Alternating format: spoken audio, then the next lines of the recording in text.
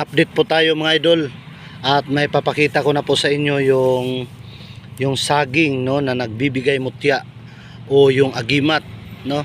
Hindi ko alam kung paano siya iproseso mga idol, pero ang sabi ng mga talagang veteranong matatanda o yung antingero, ito daw yung saging na bihira lamang na magbibigay saha o yung mga ganitong klase mga idol. Pero sa atin mga idol, ito yung binibigay niyang saha sa atin ngayon, no. Yan, maliliit. Kasi pag namunga siya mga idol, kasama yung saha niyang mawawala. Pero sa atin mga idol, tuloy-tuloy po sila. Tapos ipapakita ko sa inyo mga idol kung ano ang forma ng bunga nito na may puso pa. Kasi ito mga idol, ito yung tinatawag na tindok sa amin. Iwan ko lang kung sa inyo. Ito na yun mga idol, oh. Tapos yan yung bunga niya mga idol, no. Yan yung bunga niya. Ayan. Papakita ko sa inyo yung bunga. O ilang piraso lang mga idol, no.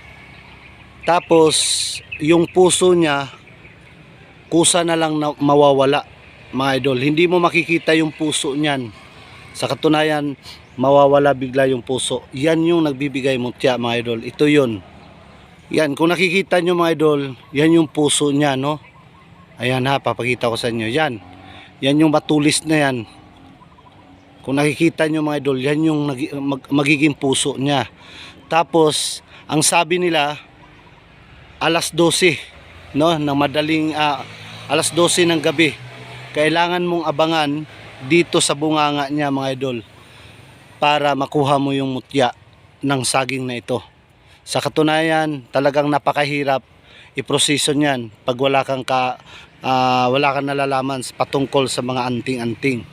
Pero sa mga matatandang talagang veterano sa anting-anting, yan yung nagbibigay mutya mga idol. Kusa na lang nawawala yung puso niyan pag binigay niya na yung bunga niya. Kaya yan, update po tayo mga idol. Yan po yung tinatawag nating tindok. Ayan po. Masarap po yan mga idol, at ang lalaki. Kunti lang yung bunga niya mga idol, tapos yung puso niya wala na rin. Ipakita ko na sa inyo yung nagbibigay mutya o agimat mga idol.